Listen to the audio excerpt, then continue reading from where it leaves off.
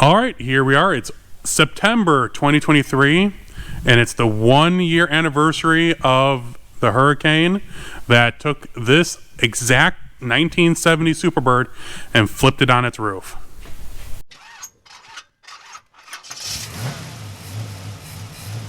Hey everyone, I just thought I'd go through the last year that's been going on since Hurricane Ian in Florida.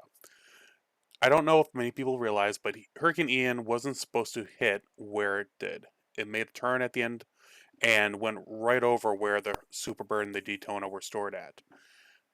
The owner had put two of the cars in a safe spot and gotten them out, but by the time he went back for the other two, they had already initiated a evacuation order, so he couldn't get them out. So he put them up on the lifts and did the best he could to protect them, not expecting to get a direct hit.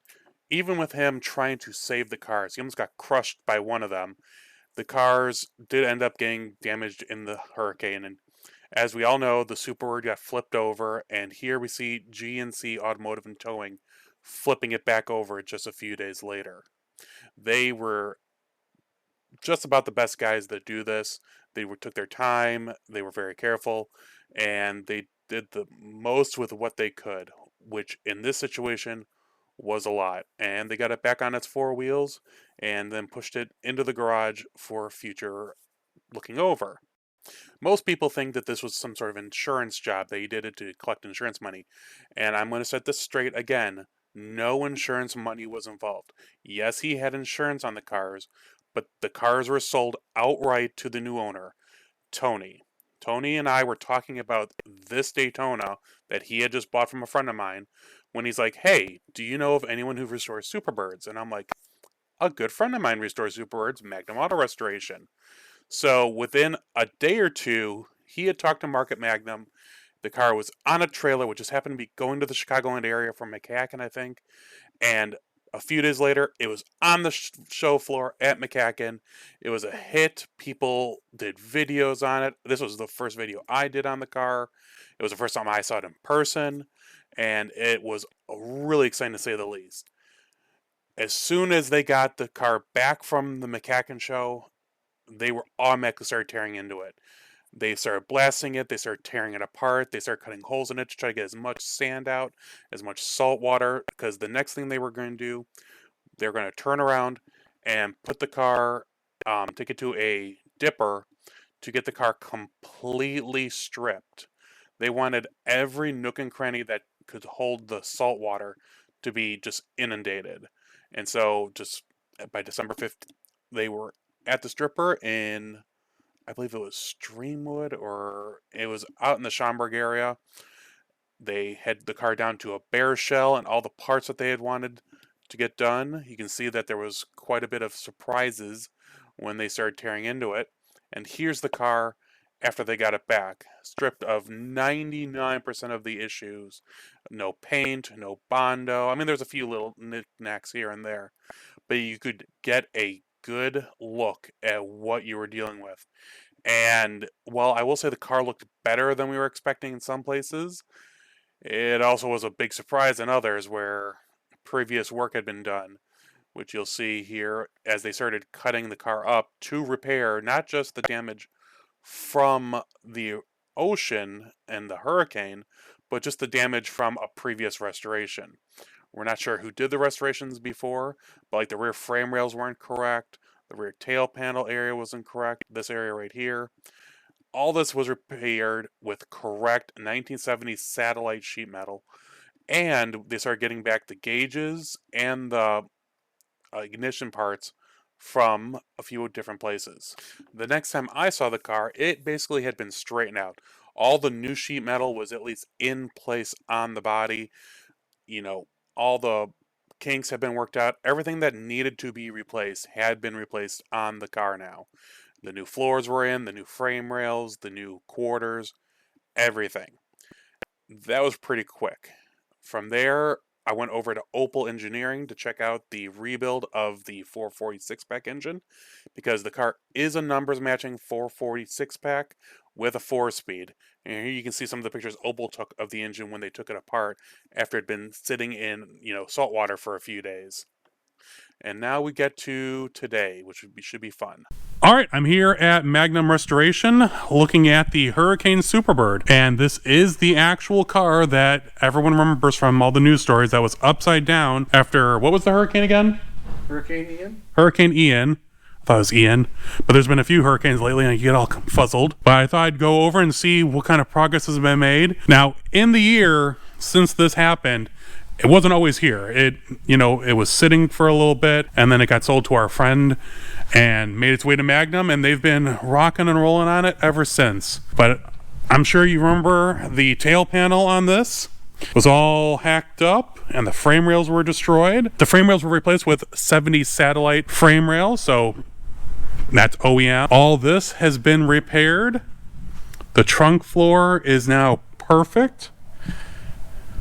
The wing, of course, looks great. I don't know if people notice, this is, I don't know if you can hear, hold on. That is aircraft grade aluminum. That is nothing to sneeze at. That's how come when this car was upside down, the wing actually was, it was damaged, but it actually crushed the quarter panel before the wing failed.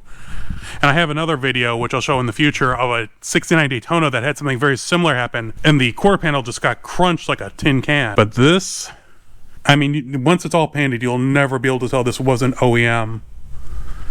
It's pretty darn nice. And then here, remember, the roof was all kinked and messed up.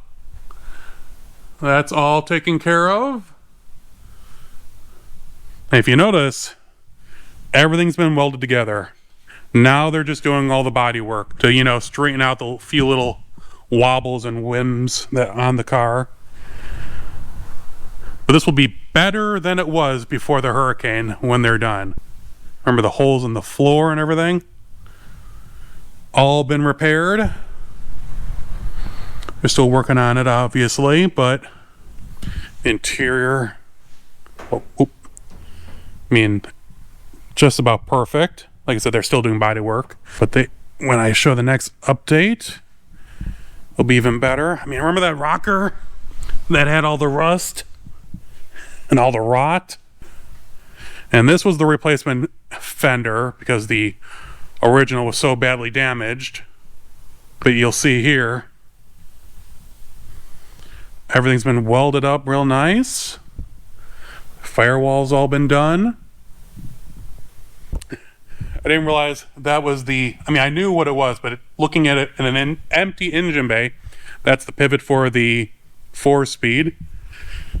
And I know this, remember, this was a little damaged. Look how nice it is. My 71 Challenger isn't that nice. The core's perfect.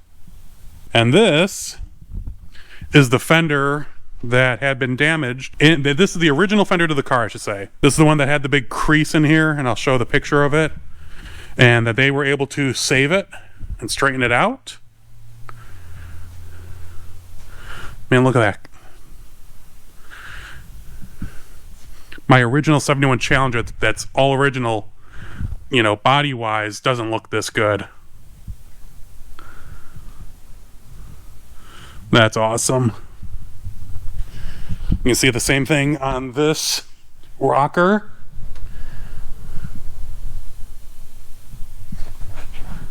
They're going through. See, that's where the seam used to be. That's where the vinyl top will be put back on, but this thing is on its way. Now, like I said, they're doing body work, and the plan is for McCacken unveiling 2024. So keep an eye out. I'll keep you guys all updated. Since I last saw the car, it had been fully welded up. It's no longer being held together with, sheet metal screws and such. The wing was TIG welded where there had been damage from the nuts and screws getting torn out of it. Well, not nuts, but screws. You can see here, all finished. All you see is a little dark spot, and you'll never notice that when it gets painted. The entire metal repair work has been done, and they're using a really cool machine that does factory style spot welds on the car. So it's going to look OEM when it's all finished. And even the roof's all done. Hey everyone, we'll make this kind of a quick one because Just got done doing a video from Monday, and now here we're doing one on Thursday for the anniversary. So I thought, I'll make a quick one. I hope you enjoyed that video of the history of the Hurricane Superbird so far. I know that it's been interesting, to say the least. And I will keep following the restoration as it goes. The next time you'll probably see it will be at McCacken on display. It'll probably be at least put together and in primer, I think. So that should be exciting. And a lot of really cool stuff is coming up at McCacken, which is the next big show that I'll probably be at. Maybe Morris Lyons show in October, but we'll see. Jefferson went good, so that was a lot of fun. And yeah, so having a lot of fun here. Challenger still isn't back. Don't know what's going on with that right now, but I'm actually going to work on the green car probably here the next few days. So keep watching my social media, and I'll keep you guys updated. Otherwise, stay safe, and I'll see you all soon.